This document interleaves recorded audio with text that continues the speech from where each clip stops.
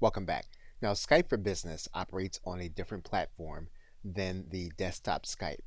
And if you want to add individuals to your Skype for Business, you can do that. You'll need to click this Add a Contact button. Now, you'll notice that Skype for Business is going to give you a couple of choices.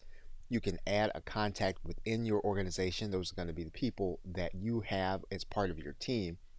When you choose to add a person that's not in your organization, you can use the regular Skype directory. You can also send a contact request to someone with an email address only. Now, this is going to require them to get Skype for Business. Now, if you're going to add people from the Skype directory, you can then click this link. And then you can identify that person by their Skype profile. What you can do then is you can then right-click this profile, this contact, and then you can add that person to your contacts list.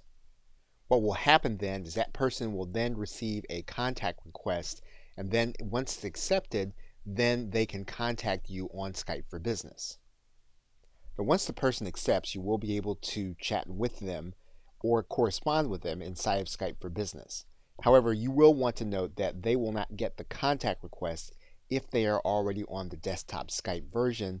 They will need to accept your contact request, and they will need to set up Skype for Business in order to correspond with you.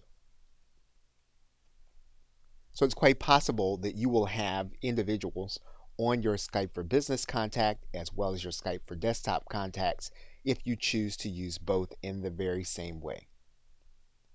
Okay, so with that, thanks, and I will see you in another video.